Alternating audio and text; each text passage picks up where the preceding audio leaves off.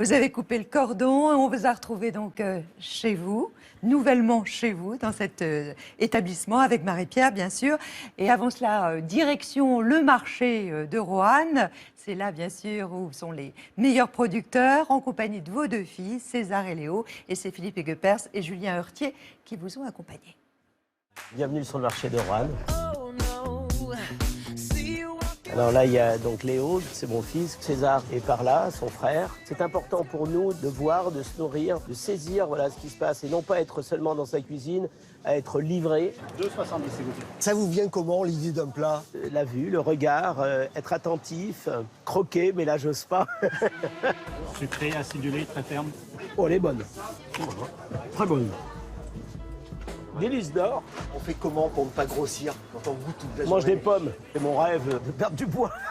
J'y arrive pas, ça fait 30 ans que Mais on fait pas de régime en tout cas. En fait, je goûte trop. Il me sollicite beaucoup, César et Léo, par des essais, des expériences. C'est compliqué de s'inscrire dans une dynastie familiale comme la vôtre?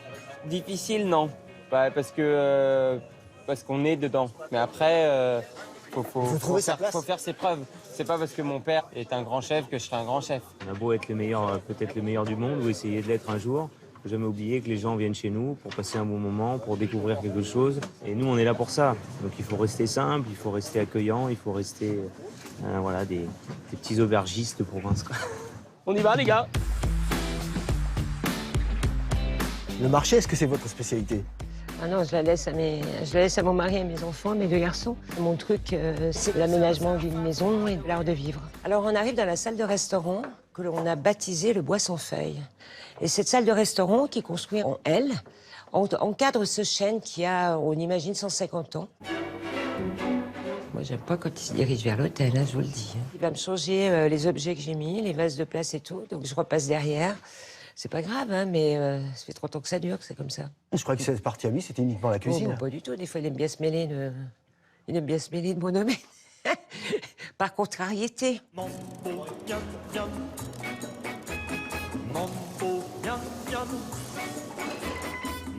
Ici, on n'entend pas le traditionnel « oui, chef ». On n'est pas dans un camp militaire, on me répond oui, ça me suffit. Le calme, c'est la priorité. La sérénité, le calme, la concentration, on travaille beaucoup mieux comme ça.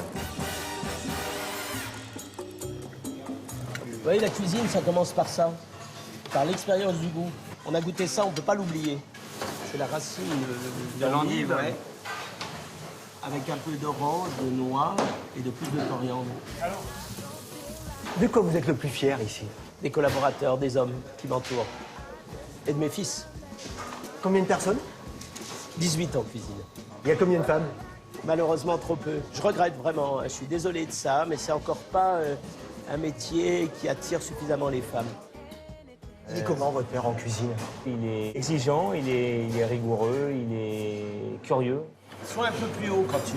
Un tout petit peu plus haut. À bientôt 60 ans, il a une énergie incroyable. Encore un peu plus, là. Il est quand même très performant. Il est même dur à suivre. Créer entre César et moi, c'est-à-dire à quatre mains, c'est assez nouveau, hein. J'ai été pendant des années en solo. Et ben, c'est un peu comme une partie de ping-pong, c'est-à-dire que l'un renvoie la balle à l'autre. Il donne le maximum pour qu'on s'épanouisse à notre tour. J'espère un jour avoir peut-être le même sentiment avec mes enfants. Qu'est-ce que vous voulez leur transmettre?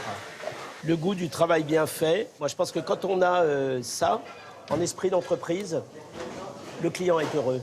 Vous l'êtes aujourd'hui? Ah oui, je suis. Je m'aime. Cette aventure-là, cette nouveauté-là me fait un bien fou. J'ai l'impression de vivre une nouvelle vie. There's a place I go to when no one knows